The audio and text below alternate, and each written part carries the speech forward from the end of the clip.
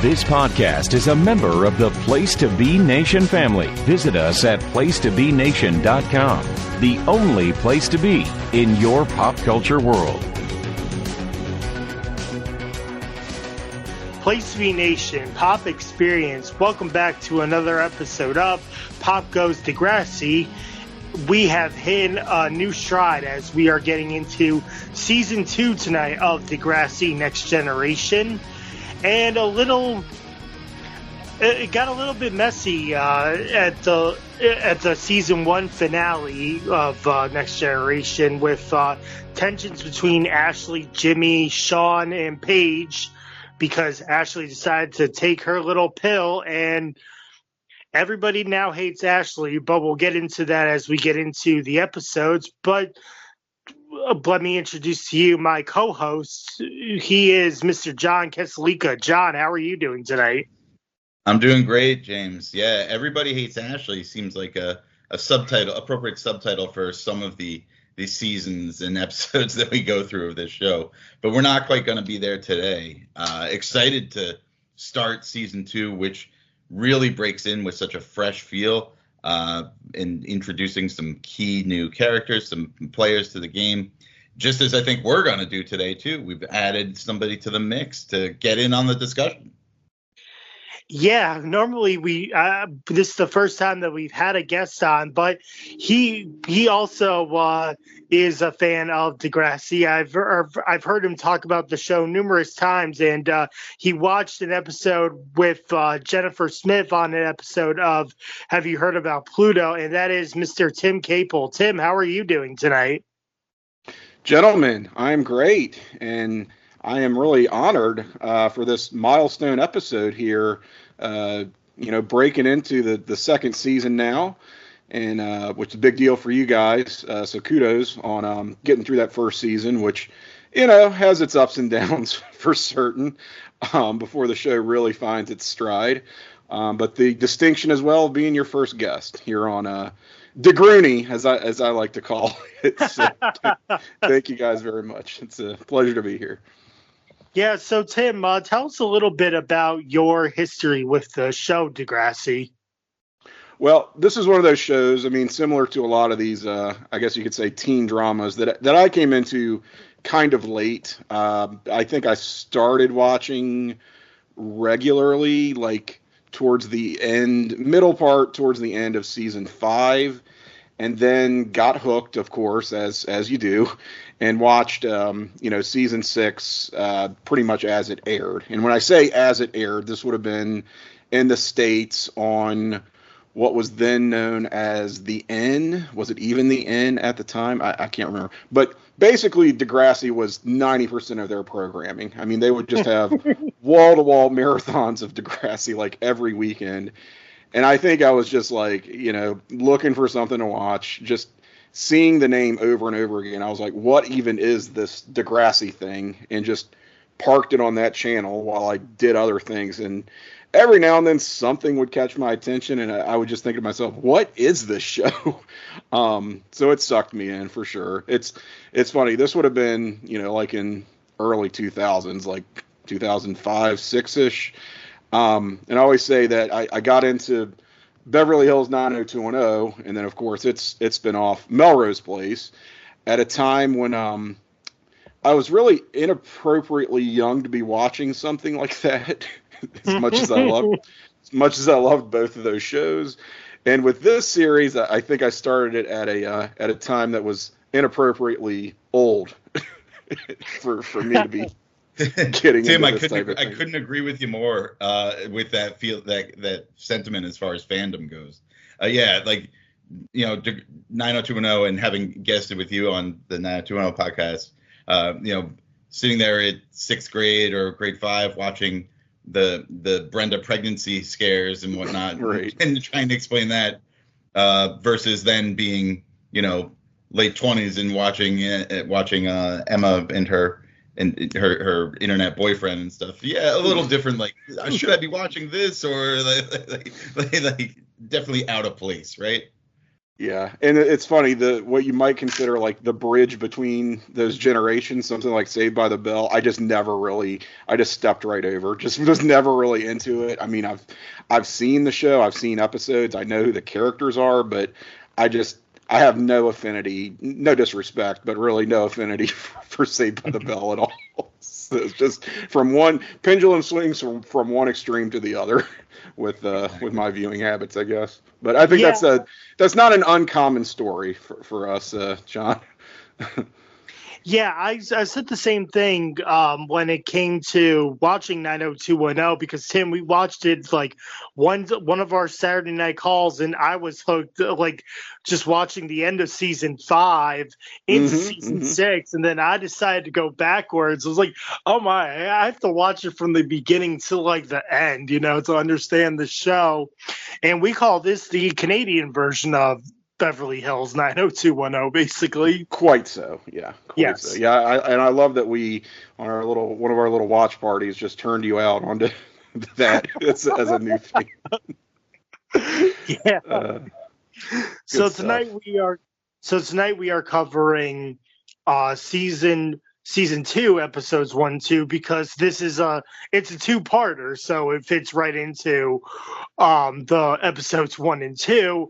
And basically, like I said with John, every season has a 2-parter it begins with. So it began with Mother and Child Reunion parts 1 and 2, and now here we are again with another When Doves Cry part 1 and 2. And we're going to be introduced to new characters and a returning character here tonight.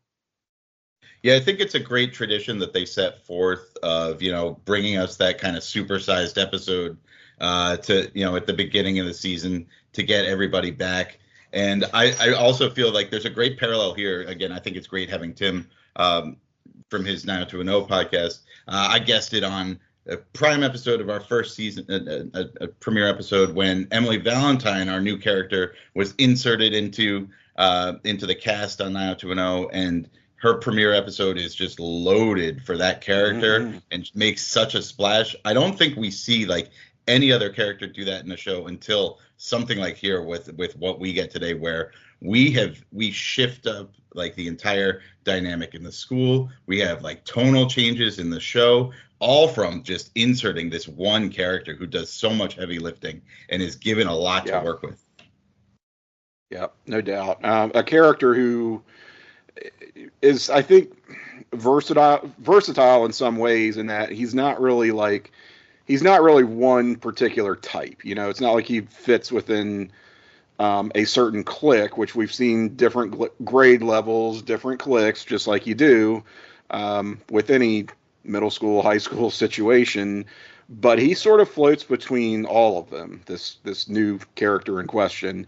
And I think similar to the first season, really the series premiere, we have in this 2-parter a big episode that really calls back to the original series, which I admittedly have not seen a lot of. I mean, I'm somewhat smartened up in terms of like the major characters and events, but as far as the details, I'm a little bit, I've always been a little bit hazy on. But I think this episode does a decent job of walking you through some of those questions you might have, and assuming they didn't do any, revisionist history, it's easy enough to follow along. Mm-hmm. So this is When Doves Cry, part 1 and 2. This aired in actually the year 2002, so it's like 2002. It was also on the end, or like it was like Teen Nick at the time too. So to answer your question, it was called the N. It was called Teen Nick. So it was like Nick Jr. during the day. It split the day for most of it. Like the daytime would be Nick Jr., and I think around 6 o'clock it switched over to their teen programming. I mean, wasn't it called Noggin at one point? Yep. Noggin was Noggin became the end. Oh, geez, yeah. And then it became its own. Noggin became its own Nick Jr. channel too. Like it was like, well, it's just a lot of things got switched around. So we see we see Emma playing tag with a little girl while being photographed by a teenage boy. Almost a weird callback to what happened in season 1 with Emma, but getting tracked on the internet by a supposed teenage boy. He's also taking pics of our returning character, Joey Jeremiah, and what we now know is his daughter, Angela, or Angie. The teenager is named Craig, and he is late for dinner. His dad gets angry and breaks a plate. So we see Craig here. He's taking pictures of Joey and Angie and a little bit of Emma too, and we see that his dad gets angry when Craig does not show up for dinner on time.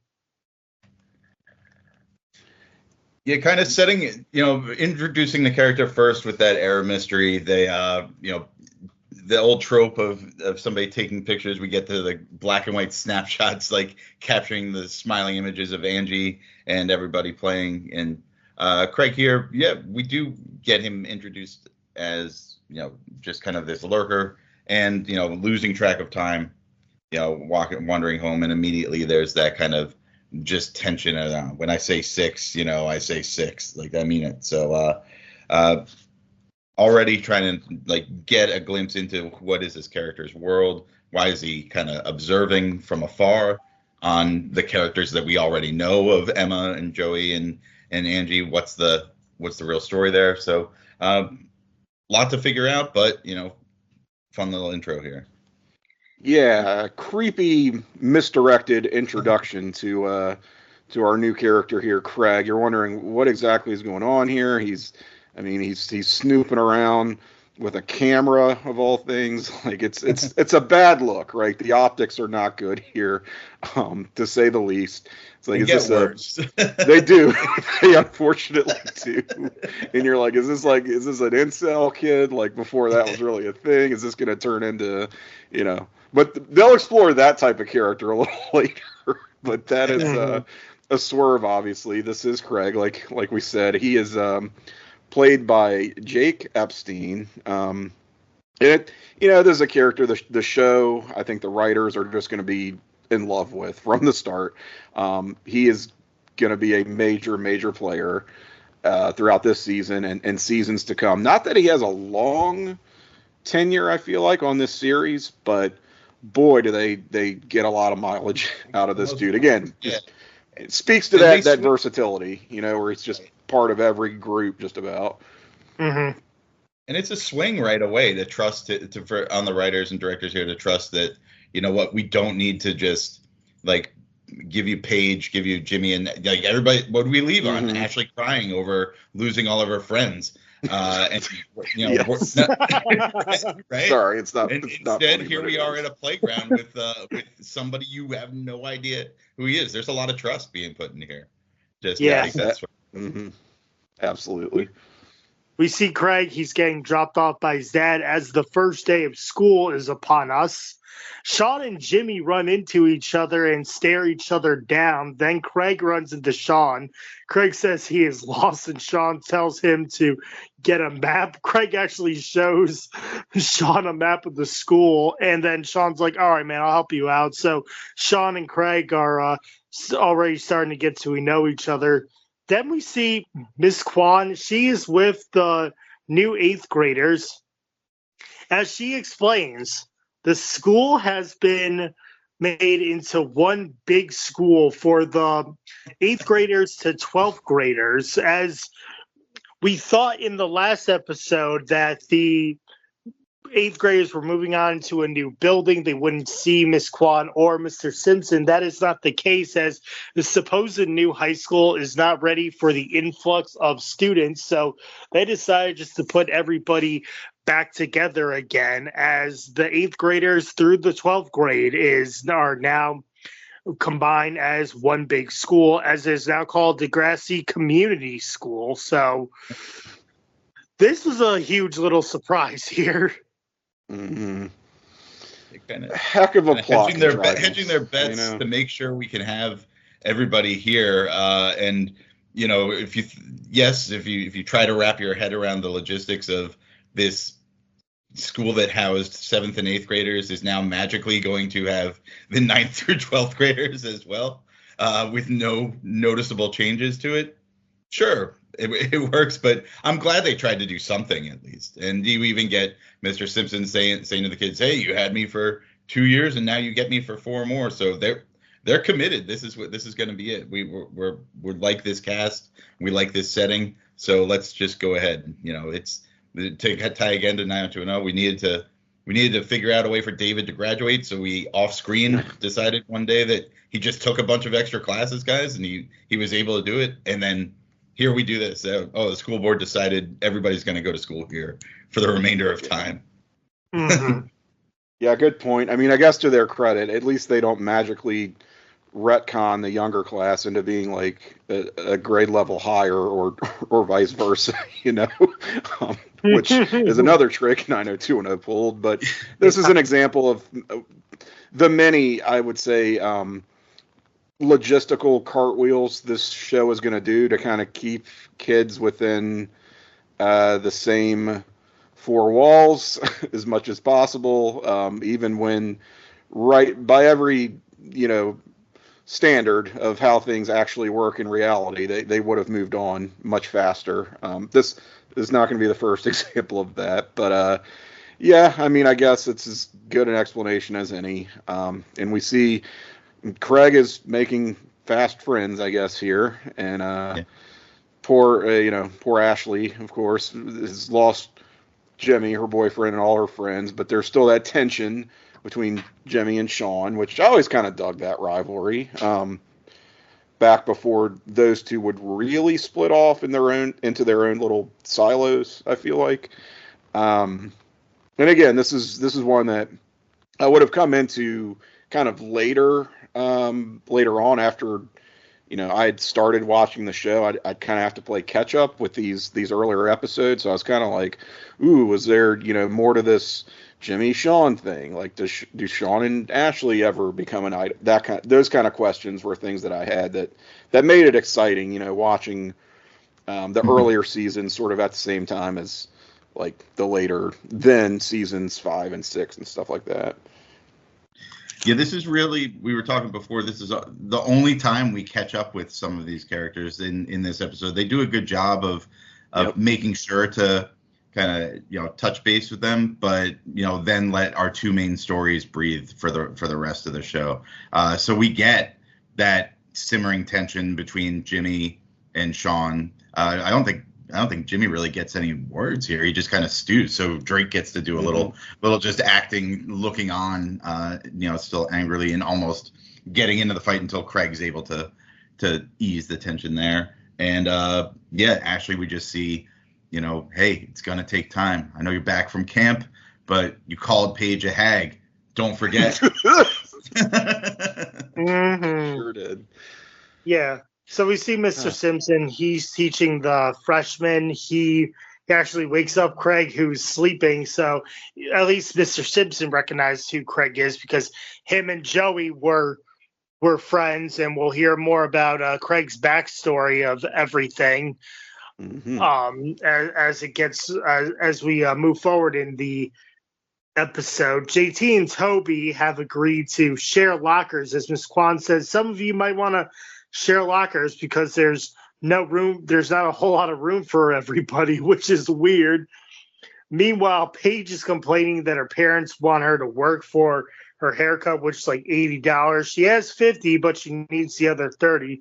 Craig mysteriously pipes in and says, there are child labor laws, but he just gets like dissed like badly by Paige.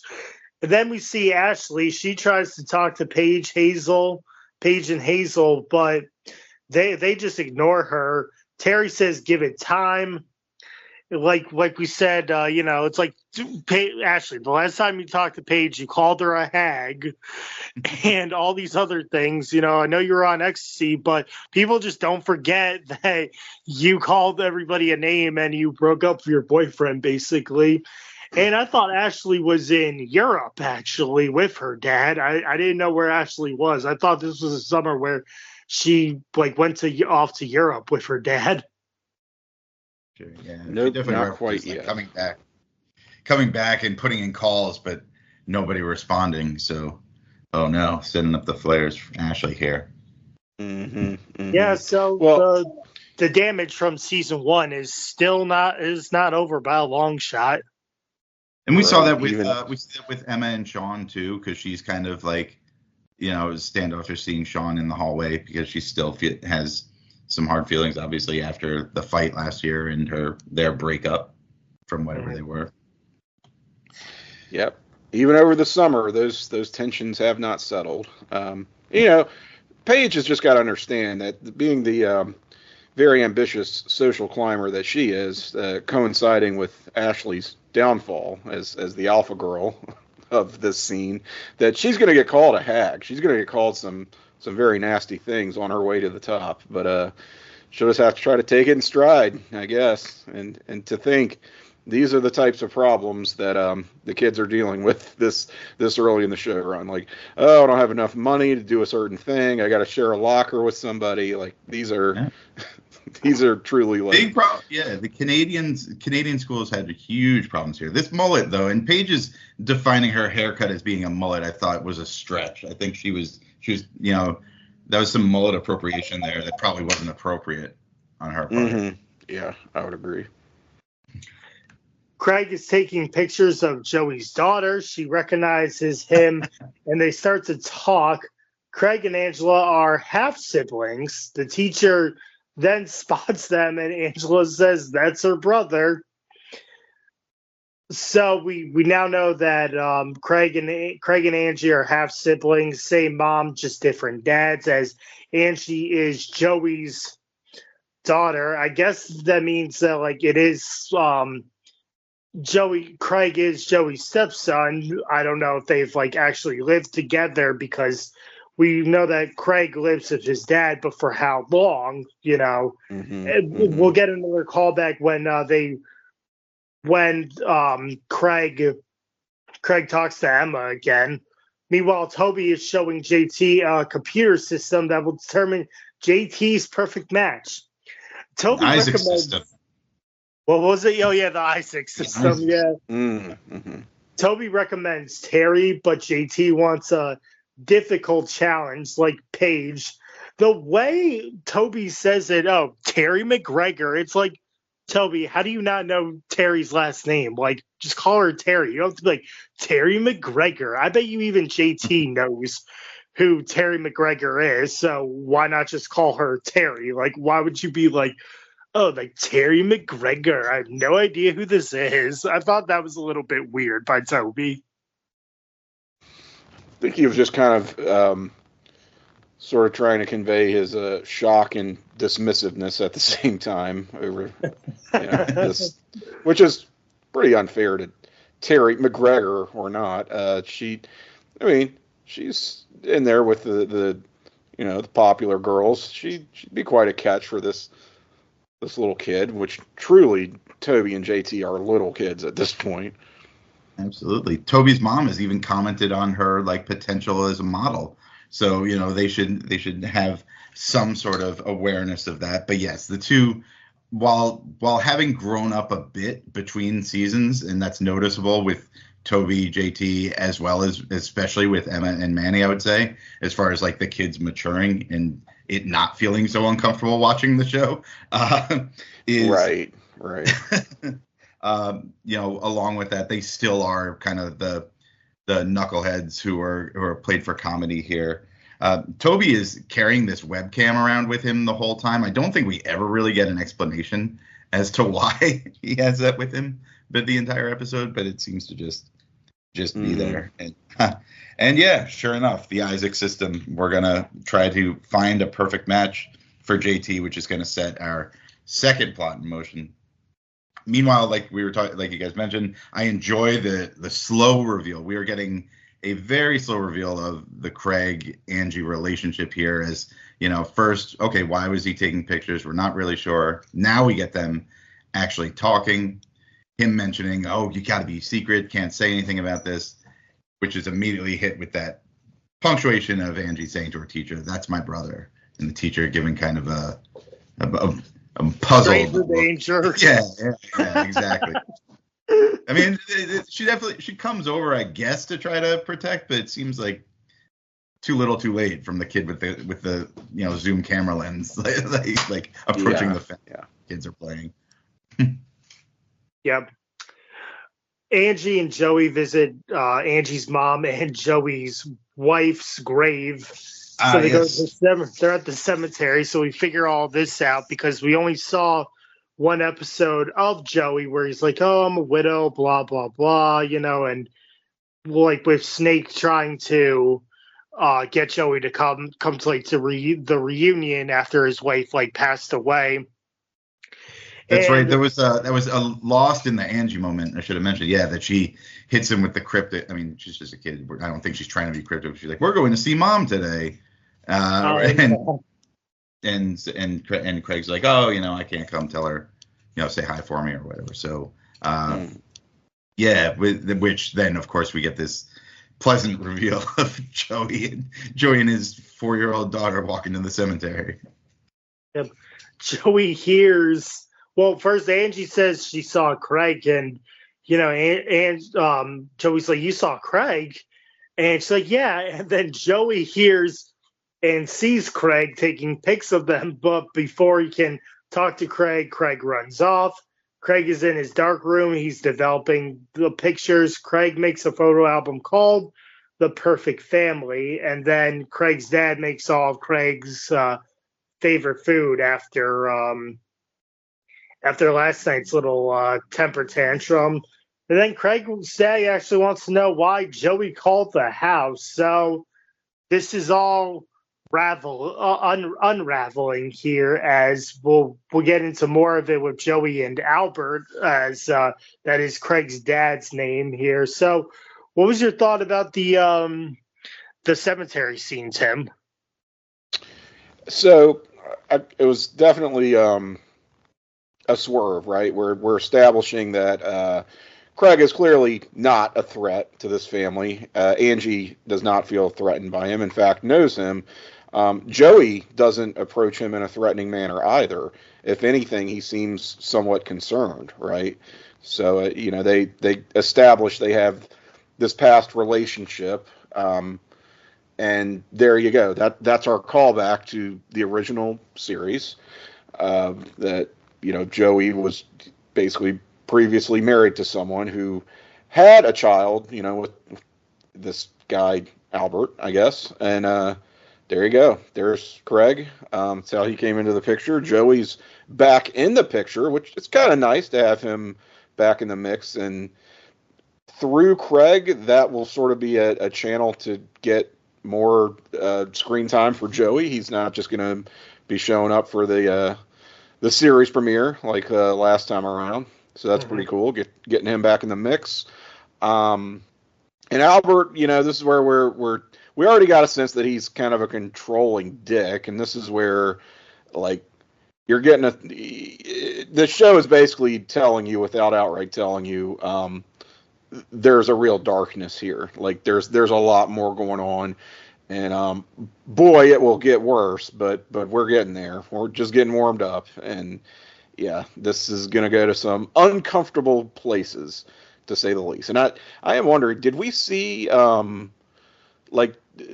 was there a date or a year that Craig's mother died? Do we see that on the headstone? I'm not sure if we do. I'm just again, for establishing timeline purposes, how long it's been. I'm not sure I caught that. Yeah, I should have clocked that. 5 years. I'm pretty sure 5 we years. Okay. Jeremiah name, but I hadn't thought to clock that. Yeah. Because Emma says that, Craig says it was like 5 years ago at the wedding. So I guess that's Joey and Craig's mom's wedding. So Angie must have been born like year 2 and during like the second year of marriage. And then it must have been like maybe year 3 or 4 when she died, because Angie's like 4 years old now, like 3 to 4 years old in preschool, basically. Mm-hmm. Yeah, seems like. You know, they do a good job here. I think they've with Craig's dad of really capturing that cycle of abuse of, you know, the poor behavior and abusive behavior being followed immediately by, you know, nicer gestures, trying to like not mention it or putting forth like, you know, the friendly drive to school, handing him money, you know, today we have like cooking his favorite meal and whatnot, which can all be kind of undone with a slight comment, as we see from Craig, of mentioning, oh, it's like, remember when mom used to make this, and can trigger once again that abusive behavior and that resentment. I think they do a really like nice job in not overly characterizing it with Craig's dad, and it's something to be said for the actor to do so here. And then, of course, Tim, I think you and I alluded to it earlier. You know, as noble as it is, and as heartwarming it is that Craig, you know, has this love for his family, for his sister, clearly, the creepiness with which he has assembled his perfect family album here of the perfect family is composed of a father and daughter at a cemetery and a blown up picture of his face next to them. This is like pre-Photoshop days. His composition skills here probably leave a lot to be desired. A little bit. Look, that's what you had to do back then. Yeah. He's working with the technology of the day. Yeah, no garage band yet. JT is trying to woo Paige by doing things for her. Paige tells him to bug off. JT says Paige will be his. Then Craig is in Miss Kwan's class telling the class who he is. He basically is like, it's a cry out for help, but no one understands it. He says, nobody would miss me if I disappeared. Craig runs into Emma and Manny. Emma remembers that Craig is Joey's stepson, and Manny is lost with words as she's all like gaga and googly eyes for Craig already. Emma invites Craig to her house for Spike's birthday, actually, barbecue. And Craig goes, well, I guess so. And Craig comes along. Joey's selling a car when Craig's dad appears. Joey asks Albert how Craig is doing. Albert tells Joey to butt out, but Joey tells Albert that Craig has been seeing Angie, and you know, is like has been like I've seen Craig like with Angie too. So Joey is trying to ask Albert how Craig is, but Albert's like, he's my son, he's not your son, they're only half sisters, what's the big deal to you, just butt out. So Albert is a control freak with Craig. Yes, and I was wondering if these two dads were going to come to blows here at the the car lot, which would have been entertaining, I guess. But no, there's just sort of this simmering tension between them. You can tell they don't really like each other. There's, you know, probably some past bad blood there. But, you know, I guess that's to be expected. And it's, you know, Albert, I guess, firing that warning shot, basically.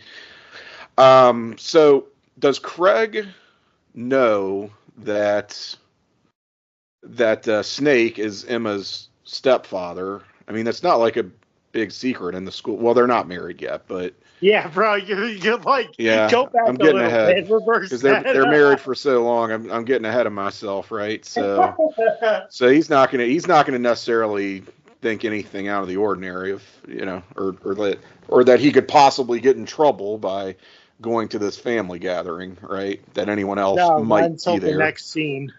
Yep. Yeah, so Joey basically sold Craig down the river as he said that, you know, he's been seeing Angie, so we'll see what happens there. John, your thoughts about this? Yeah, we have obviously the resentment between, you know, Craig's dad, Albert, and Joey. You know, he is the spurned, you know, former partner, obviously, here. As he even says to Craig, he's like, why would, you know, your mom leave a surgeon for a used car salesman? And such as, so there's definitely that kind of level of competition. We can see that he's, even later we'll hear him turn it on Craig of like, don't do this, like your mom, like, left me. So that cycle is kind of there. I would imagine, to your point, Tim, that he'd know from these high school friends that they're in that same social circle. So seeing Snake and any of them there is not of any surprise to him. Plus, knowing if he's spent any time with Joey, he's heard about the zit remedy for hundreds, right, thousands of times, and Snake was featured prominently as one of the members there. So he's they all met at the wedding too, like 5 years ago. Yeah, that's right. Yeah. So as he points out, right. Well, does Craig necessarily know that Emma's mom is Spike? I mean, does she tell him like, hey, it's remember the girl I mom told you who's this person? And right. I mean, I guess so. I would assume so. So I may be reading too much into that interaction, but whatever. Yeah, it happens. JT asks Paige on a date, but Paige just laughs at him. Hazel tells Paige she will give Paige $30 to go out with JT. And then we see Craig is playing with Angie. Joey comes in and sees Craig. Joey tells Craig that his dad doesn't want him to see Angie. Craig then just takes off running. He's like, oh my God, my dad. Craig's dad waits for him inside. Craig then finds his darkroom destroyed. Albert starts to hit and beat Craig. And then Craig is lying on the floor as and his camera is shattered as the credits roll for the end of part one. So, what are your thoughts on the whole Hazel? Before we get into our big finale here, Hazel tells Paige that she'll pay her the $30 to go on a date with JT. Hey, classic TV trope, or even like any of these high school dramas. Yes. Oh, I don't want to go out with this person, but I need money. Great. I'll pay you to do it. We're setting some wheels in motion. I like that it's getting some interaction between the grade 8s and the grade 7 students here. This is a weird pairing to see Paige and JT, but it's also giving Hazel a little more character. So far, we've seen her in the first season hardly anything aside from being the co-cheerleader with Paige, kind of a sidekick.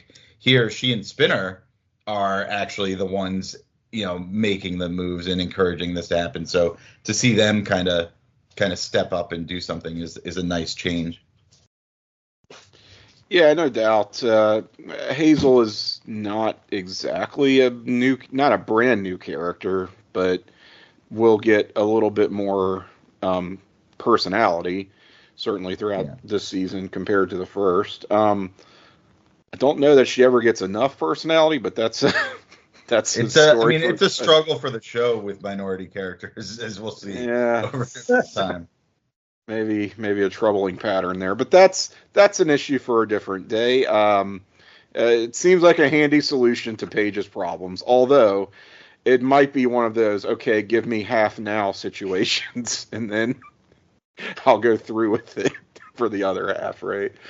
So yeah, good, just to give Paige and JT an excuse to actually have some interaction, because JT is quite smitten with her. Sort of if you'll permit me, a David Silver, Kelly Taylor situation here. Very unrequited, one-sided crush.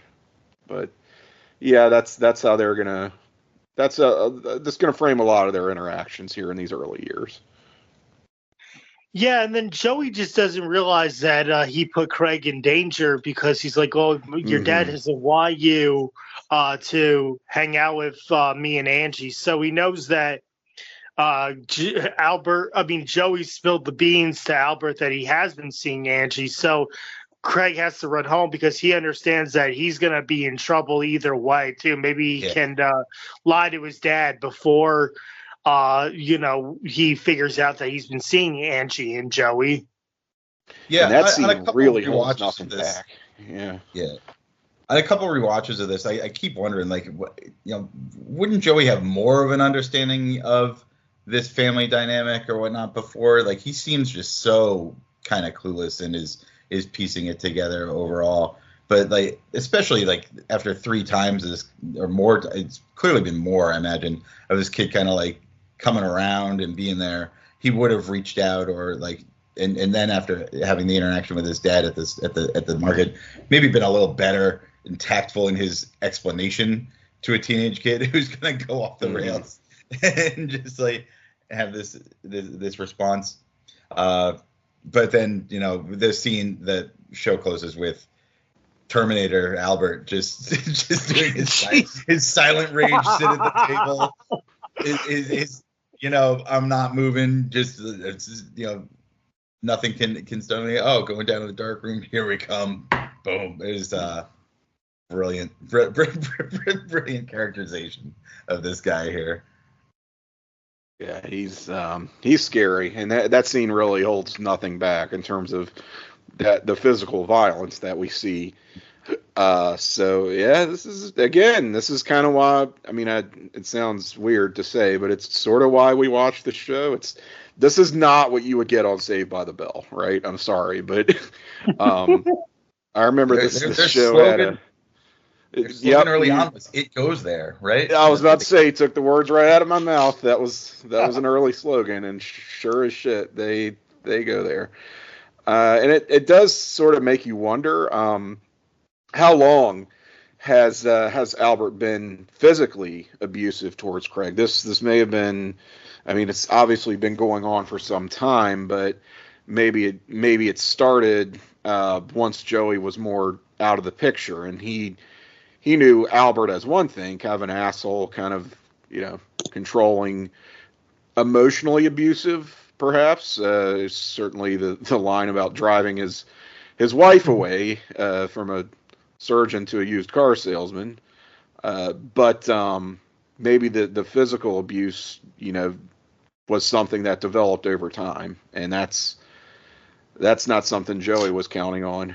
But tact never has been Joey's strong suit, I feel like. So, yeah, it's in character for him. But poor Craig on the receiving end of some very awful treatment here.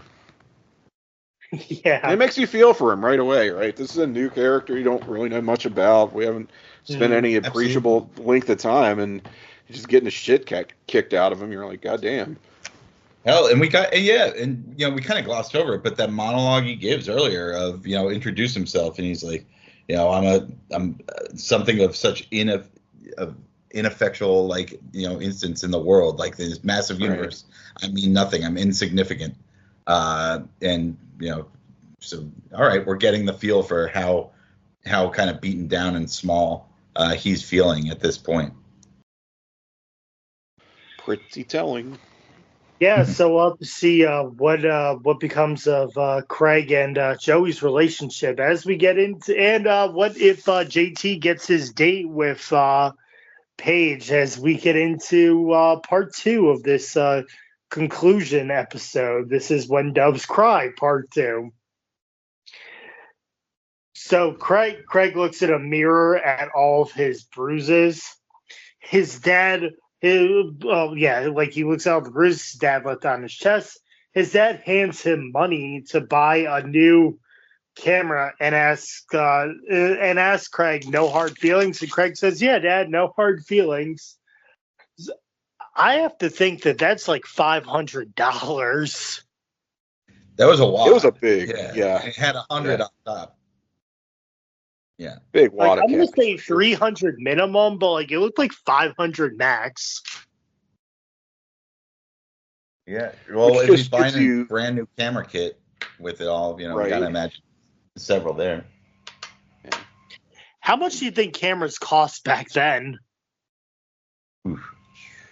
I mean, for something top of the line like that, to replace what Craig was using, we certainly saw his very sophisticated, dark room setup and his then photo editing capabilities. If he's getting something top of the line, then Yeah, you could be looking at blowing like $300-$400 or more, Yeah. right? Yeah, probably 3-4 for a starter kit because he had some extra lenses there too. And if he's and we see later he asks for another 100 that he mentions that it's going to need that. So it's realistic to think that it seems like he wants to, and his dad is more than happy to help him here. Again, that cycle of the abuse and giving a grand gesture to hopefully all is forgiven here. We'd be remiss to, not make some comment about how this money is Canadian. So, and the $30 for Paige is Canadian. So who knows what we're losing on exchange rate here, right? We don't know. True. In 2002. Yeah. We see Paige. She is apologizing to JT as we get our first sorry in that Canadian tone. Sorry, hon. I didn't mean to laugh at you. But then Paige says that JT is in luck as Paige does want to go on a date with him. She says it will be a movie and a bite to eat. You pay. By the way, she was like, you pay for this, JT. And he is just over the moon. She's like, oh my God, I have a date with Paige. Michael check.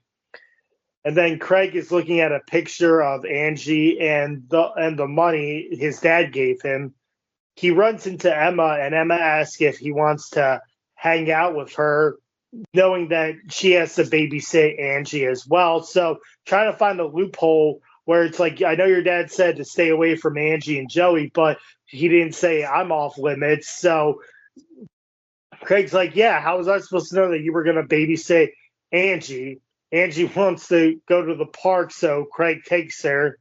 Angie then asks about Craig's bruises, and Craig tells her a dinosaur bit him. So, yeah, Craig did find a loophole saying that, Emma, I can hang out with Emma. I don't know that she's going to pick up Angie here. Yeah, definitely trying to, being enabled by Emma here too a little bit. It's in good spirit. She definitely thinks so. It's probably wrong that brother and sister can't see each other. She's doing it out of the goodness of her heart, but not recognizing that Craig is, spiraling here, and he is already, got some ideas in mind. He has all this money with him, and getting to see Angie again is we'll see put some ideas in motion for him as he's starting to maybe try to take some more charge of things in his life and in his sister's life as well. Yeah, I mean, I think classic teenager pushing back on boundaries kind of thing. Although in this case, very extreme example, and Craig has good reason to do so. He's obviously in rough shape, and his dad has taken the usual tact of just thinking he can buy his way out of this. It's like money is no object to Albert, being the hotshot surgeon that he is or whatever. So that's going to just smooth this whole situation over. But these were actually, I would say these were some of the best scenes with Craig and his sister that actually, where they connected, and it didn't feel like there was this kind of like him just looking over them and wanting to be a part. Here they really were engaged in talking about like their past vacations and his mother and everything, and them wanting to, and even like was sharing about the bruise and the dinosaur that she's sympathizing with him, and they're really it's actually really tender as opposed to like just being kind of creepy as we had before. And that's a scene that it could be very cringy just depending on the acting, right? And these, the acting is sort of up and down for different characters, performers. But this is one they do really nail. So it comes across in the way it's intended. And I would agree, one of the better scenes that we get. So for sure. Yeah. Craig then wants Angie to go to British Columbia with him. Joey shows up looking for Angie, and Emma says she is with Craig. This makes Joey mad, but Emma tries to reason with him to no avail.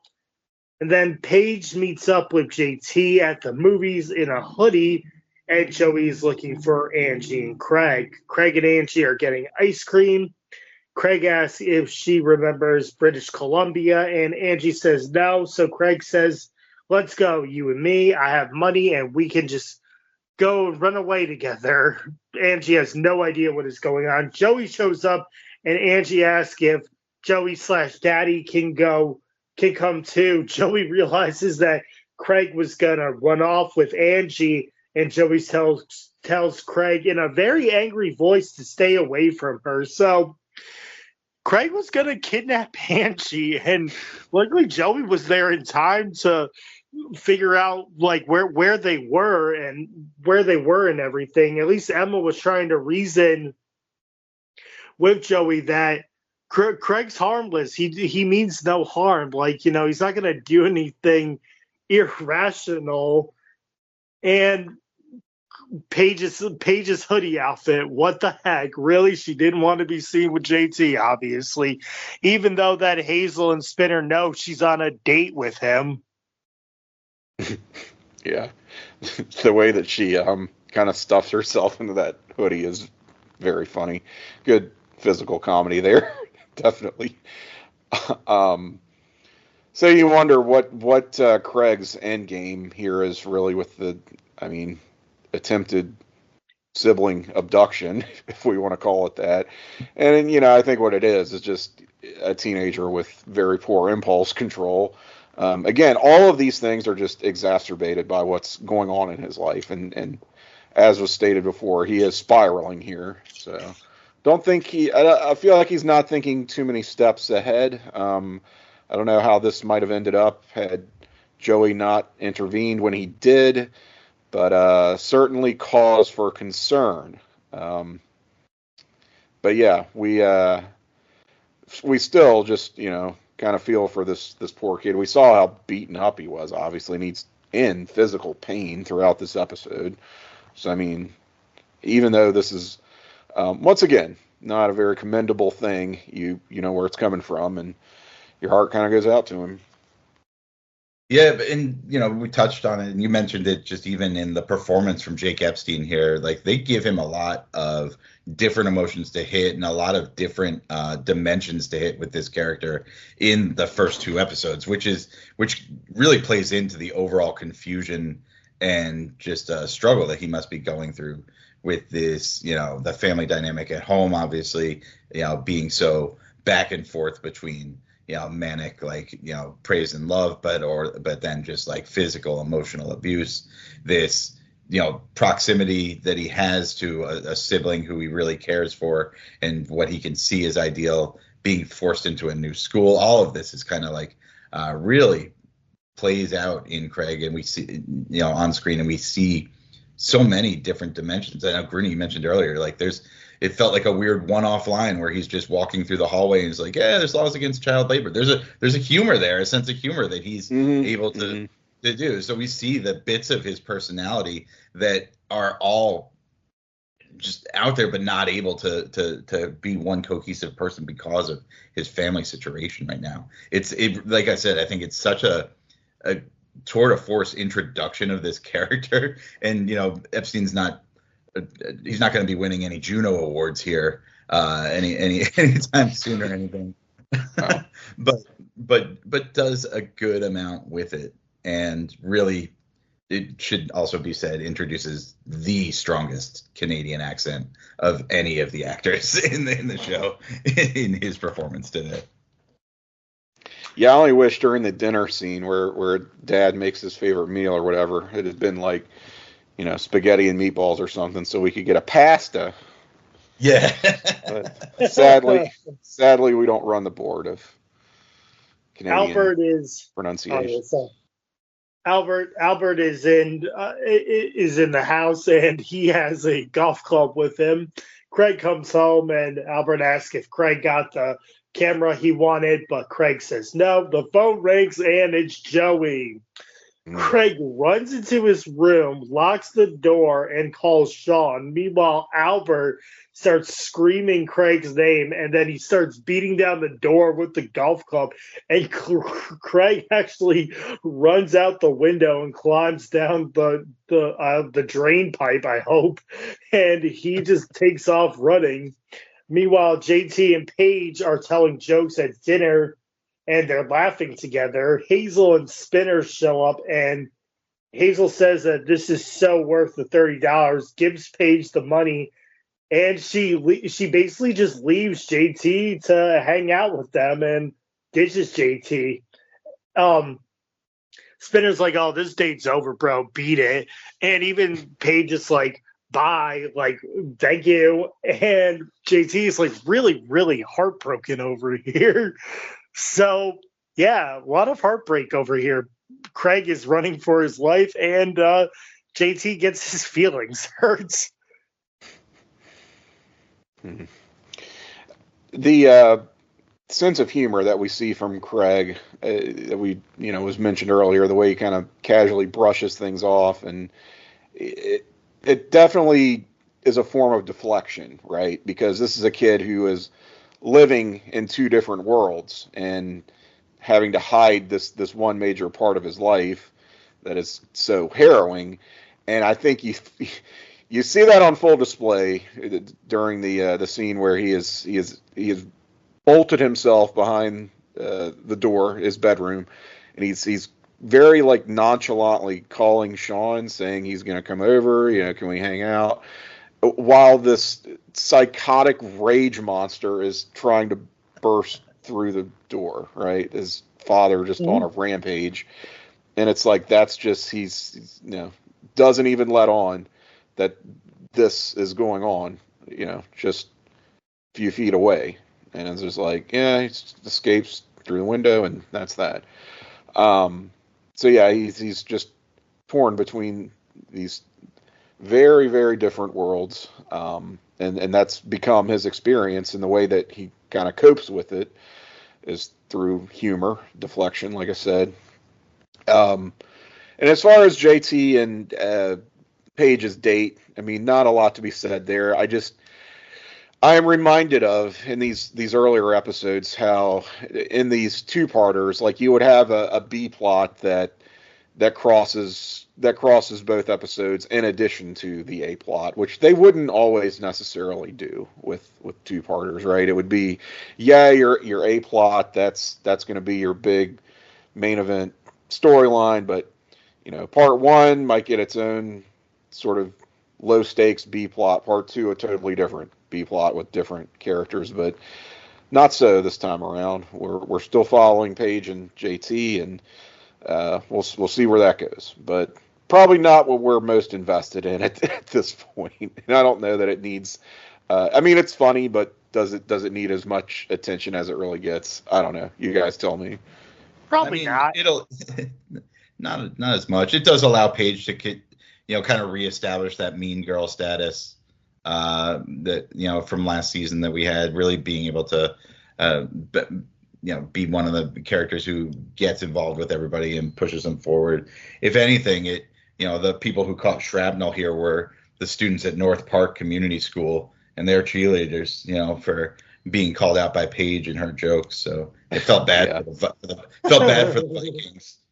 The Vikings over in Brampton, Ontario. Right. But yeah, I think one thing I was wondering about this with Craig's dad. This is a pretty massive thing that he's doing, destroying his own property now. Breaking down the door with a golf club. So we've got some serious escalation. Do we imagine that this is like the first time it's gone like to that extent, or has there been this like chasing and even like destruction of like his own kind of disregard for his own house before? Because earlier it was just kind of like throwing Craig's stuff around or whatnot. Now we're just like, you let me in and here I come. Well, he broke his own plate in the first episode, but I don't think it ever has gotten to this point of destruction of your own property. Right. I think that this was like the final straw of like, I need to like run away and like never come back. Yeah, and I think that's the part that makes it seem like more of an escalation to me, that Craig is now like openly defying his father, which is obviously just making the behavior even worse. This guy's becoming even more unhinged. So that's it did seem like for as normal quote unquote as Craig's normal home life has become in this terrible situation, this is like a step farther for sure. Sean and Craig are hanging out on train tracks. Craig tries to get Sean to go to British Columbia with him. He's still on this trip, but Sean says no because he knows that they'll end up on the street in like 3 days. Sean asks if Craig's dad hits him. A train is coming. Craig stands on the tracks, and Sean has to pull him off before the train comes. Craig is laughing, and then he runs off. Then Sean and Emma run to Joey to tell him that Albert beats on Craig. At first, Joey doesn't believe them, and that he needs actual proof of this to be sure. And then Angie says, Craig told me about a dinosaur that hits him, and he's all purple on his body. So a little reconciliation between Sean and Emma here from the season 1 fallout, as they both agree that we have to go and tell Joey, and they do it together. It's not just Sean going. He's like, I need you to come with me, and we have to go do this right now. And good on Angie to finally get the hint across to Joey that there's a big mean dinosaur that's beating up on Craig, for Joey to actually understand that Albert is beating up Craig. Yeah, I had forgotten. We talked earlier about the Sean and Emma obviously being apart still. I didn't really piece it together that this was such a big deal for them to bond on this and to be there. But you're right. Yeah, to be able to look past their differences because they're supporting, Sean's brand new friend and somebody who's been in Emma's life and really trying to help avoid, what's certain tragedy as he, could be lost to the streets of BC if allowed to go off with his $400 Canadian or whatnot. So good on them. Yeah, for sure. And I think looking back on this episode for me was the reminder, and I think it's a reminder for a lot of longtime viewers. Hey, Craig and Sean were friends for like 5 minutes. Because showed him a map of the high school, took him to the MI lab, and then went to the train tracks, and that was about it. And saved his life apparently, tackling him before this train runs his ass over, which is enough to really spook Sean. Which, I mean, he's from the streets. It takes a lot to rattle Sean, right? We know this, and that sets right. That really sets him off. But I guess, in hindsight, this is more about, like you guys said, I maybe hadn't considered it in this context, but reconnecting Sean and Emma, if anything. Craig has kind of floated between the two of them as friends, acquaintances, whatever. But Sean and Emma have been on the outs, but this sort of gets them back on the same page. But I'll just say, I mean, going forward, I don't know, not to spoil too much, but we're not going to see a whole lot of Sean Craig interactions here again. Like, I don't want to say it's one and done, but this is one of those friendships that kind of falls by the wayside, which is sort of unfortunate. I don't know. I guess they kind of go in their different directions. For as much as Craig is kind of friends with everybody, this is pretty much the extent of his relationship with Sean, which is weird, like I said, considering you figure this would be a bonding experience for these kids. Like, hey, remember that time we were on the train tracks and you almost died? Like, I don't know. And considering so much how Sean was a main character of season 1 and now Craig's being introduced, you would imagine that they would be the two kind of like going together. But yeah, you're right. If you think forward, what are their key interactions now? Yeah. Remember your thinly veiled cry for help when I saved your life? Yeah. But, anyway, yeah. So Emma and Sean are now gonna have the dramatic rescue here with Joey. So that's gonna take us into our climax, if you can call it that. But yeah. Yeah. Joey and Sean are looking for Craig when Emma figures out where he might be. Craig is at his mom's gravesite, and Joey comes to talk to him. Craig starts to act out, showing some, showing like, no, he's wrong. Everything's fine. And like, even Joey knows, like, Craig, it's all right, man. You can talk to me. Like, don't run off and we can work this out. Craig starts to spill the beans about his dad, but he stops himself, and then Joey finishes his thoughts. Craig admits to Joey that his dad hits him. He and Joey hug it out.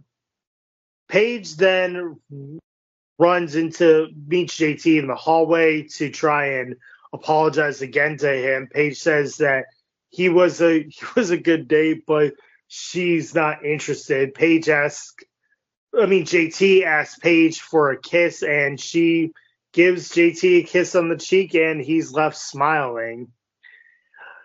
So then Craig comes home to his dad's house, where he goes right upstairs to his room and starts packing his things. Albert tries to get him to stay by saying he loves him, but Craig says we have three options here. Number one, we can go to Children's Aid, which is the Canadian CPS. Number two, I can live with Joey while you figure this out. Or number three, I can stay here and you could continue to beat me. And even Albert's like, I don't beat you. And it's like, you should have just shown him the bruises that Albert gave him. Craig gets into the car and he rides away from his dad's house, leaving Albert behind as the credits roll in this episode. So a nice bittersweet wrap up here. That's not like with the B storyline too, that Paige just isn't interested in JT at all. But she does give him a kiss on the cheek, and he's left smiling. Like, oh, you're forgiven. Even if you were a jerk to me to your friends, I hope that haircut was worth it. And Craig is out of his dad's house and moves in with Joey. Yeah, pieces in place for the show moving forward. Again, just a jam-packed episode for Jake Epstein, for Craig to have here, and for us to be introduced to the character. It gives us a lot of, I think, hope for him, towards the end moving forward, that, he now has a new support system in place, and, it's kind of left in the open if we're going to see his dad again, or if it's just, he was just here to, kind of drop Craig off basically and say, here's your new piece to play with on the show. But I think you come away from the episode feeling like this is a great addition, and also that we got a lot from even in a pretty small, obviously less important B plot, that we still saw some good character development and interaction between students who hadn't before. I think overall just a great premiere. Great start to a second season that shows, go back to that theme of It Goes There, that the show's not going to pull punches and isn't going to just be a kind of paint by numbers, teen melodrama after school special type show. We're going to have some great performances. We're going to have some great issues tackled, and really done so, maturely and, in a compelling way. So I really love this episode way more than I thought I had from years past. So, kudos all around. Yeah, I would largely be in agreement. And I think I appreciate the fact that they don't drag this out, the situation with Craig and his terrible home life. I mean, obviously we're thrown into the mix here while this has been going on for a while already, but it's not going to span multiple episodes here. Like, we don't need to spend episode after episode of seeing this kid getting kicked around, right? Like, it's pretty much made its point, and I would say, if anything, while Albert is still in the picture, they've sort of deferred his ultimate fate, I guess you can say. But we leave off with Craig in a much better situation, going off to live with Joey. So that means, okay, if Craig is new character this season, we're going to be seeing a lot of him. Shouldn't we also be seeing a lot more of Joey? Yes. So once more, we got that more connections back to the original series, which probably helped in terms of just maybe bringing older fans into the fold. I don't, again, know that that was totally the demographic you're shooting for, but hey, ratings are ratings, right? So a much loved character from the original run, back in place here, along with this very compelling new character who was sort of stolen the show here in his debut. So yeah, good stuff all around. Very solid opening to our second season, and a great two-parter. Yeah, I enjoyed it. I enjoyed, Craig going back to his mom's grave again. And I'm running the episode back here as we talk about it. In that scene, we get a much clearer shot, and it establishes Julia died in 1999. So would have been 3 years. This is set in 2002. 3 years earlier, so that makes sense with Angie being, as you said, 4 or 5 years old, something like that. So they must have very, got very young when she died. 7. Probably, yeah. Mm-hmm. You figure Craig would have been after the Montreal screw job. Maybe that's when they got married. Yeah, brought them together. Yeah. Yeah, they attended the event. Yeah, so at least Emma figured out where Craig was going to be, so Joey could get everything sorted out. MVP I have is Craig. No doubt it's Craig. Like, here's this. He plays his part down to a T, and Jake Epstein did a very great job playing this troubled, not troubled kid, but trouble home life kid, and he got it down really, really good here. I don't think you'll get any argument that he's clearly the MVP from these two parts. Yeah, just given a lot of responsibility as an actor, given a lot of responsibility as just in a performer here, and does hits it out of the park. The character itself is going to be somebody who's going to be a really, really big player when it comes to being at Degrassi, and is doesn't hit us over the head or annoy us in this first two. Is actually showing a lot of depth and somebody we want to see. I think one thing to keep an eye on, and I think they had some trouble with this early on with the Craig character, is they were trying to figure out maybe some hobbies or interests for him. So we have him with the camera for a couple episodes here before eventually that disappears. True. He'll pick up a guitar at some point. They kind of just they get a new accessory every few episodes for him to be what could Craig be doing?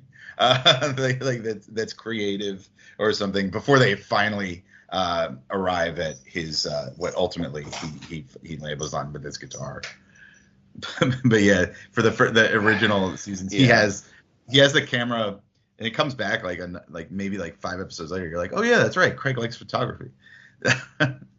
Too bad he didn't have an easel with him, with paintings next. Yeah, really. Well, I mean, and the thing is, you say he picks up a guitar, but the musical aspirations and I don't know, aptitude of these characters is something that will waver greatly as well. I don't know. It seems like if any character picks up an instrument and wants to be in a band, it's okay, yeah, they're actually going to be somewhat able to do this, right? Like, it's just like, it's just no big deal at all. If you want to be in a band, okay, cool.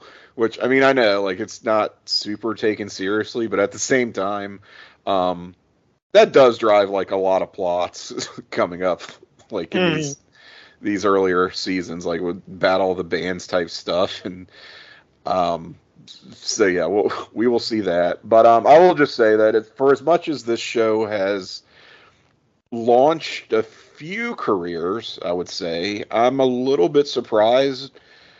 Unfortunately, Jake Epstein isn't really one of them. I don't really know what he's doing today, but hardly a household name. Look, Drake, he is not, obviously. Well, I don't think Drake wants to be Drake these days, but I mean, you look at Shanae Grimes and oh God, thank you, yes. And it's just like, you know, I don't know that, not like he's appreciably worse as an actor than any of them. If anything, he's one of the stronger as both a presence and an actor on this show. It's just, I don't know, maybe some of that comes down to what he wanted. I think he leaned more music. I think he leaned more into music. Yeah, is what it went. So. Could be. Looking he picked up that guitar and never put it down. Trying to be the next Tom Cochran, you know, or Bryan Adams or whatnot. LVP, I have Albert. He plays the character. Albert plays that Nick, the abusive dad down too. He's like, "Oh, I'm just gonna hit you a couple of times. Oh, I'm sorry. Here's a new camera. Here's a new. I made you your favorite meal. Here's all this money that I have. Go enjoy yourself. I love you, and then I hate you, and I'm trying to love you again." And it's like, no, I don't want this anymore. So Albert played the abusive father role down to a T as well. If it wasn't for Albert beating on Craig, I would have given the LVP to Paige, because, you know, she really does hurt JT's feelings. But again, to progress the story, you had to have Albert hit Craig a couple of times.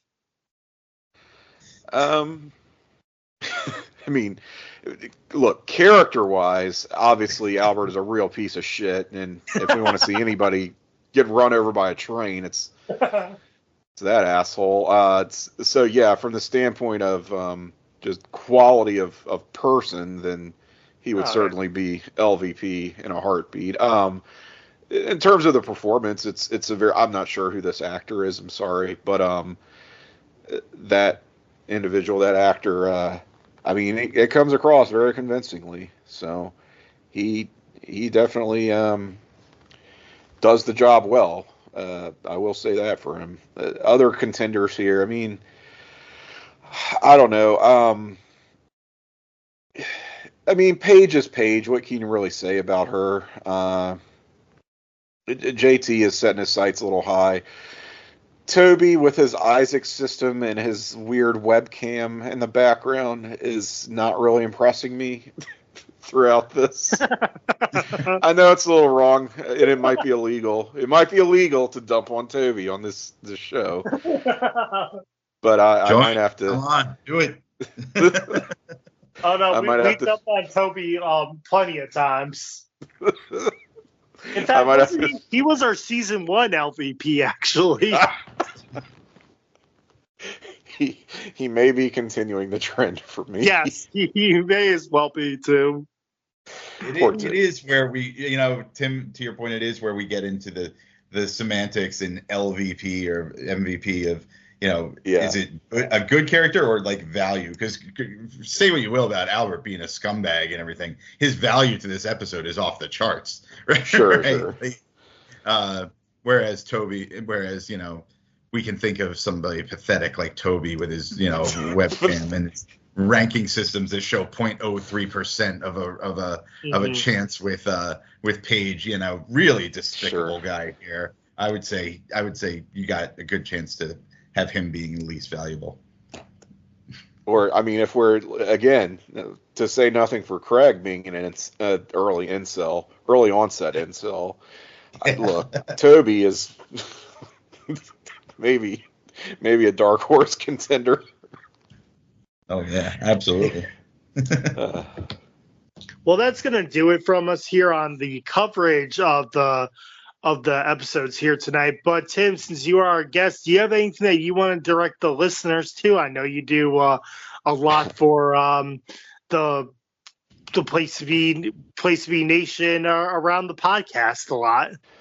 Well, sure. Yeah. I joke that I'm a semi-retired podcaster, but I do have 2 regular gigs. Those would be in sticking with the theme here. We mentioned, of course, Beverly Hills 90210, and I do a retrospective of that series with our dear friend JT Rosero.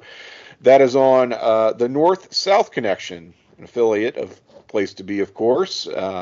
It comes to you like clockwork, basically, every third Friday, basically. So you'll sometimes get it twice a month, sometimes just once a month. But that's pretty much our cadence there. On the show is called 9021 No So. So you can search for it on your preferred podcatcher app. It's its own dedicated feed, brought to you by North-South Connection. That is 9021 No So with myself and JT. Both of you guys have been guests on that pod before. Certainly we'll have you on again. But we're about midway through season 3 of that show. Things are really heating up.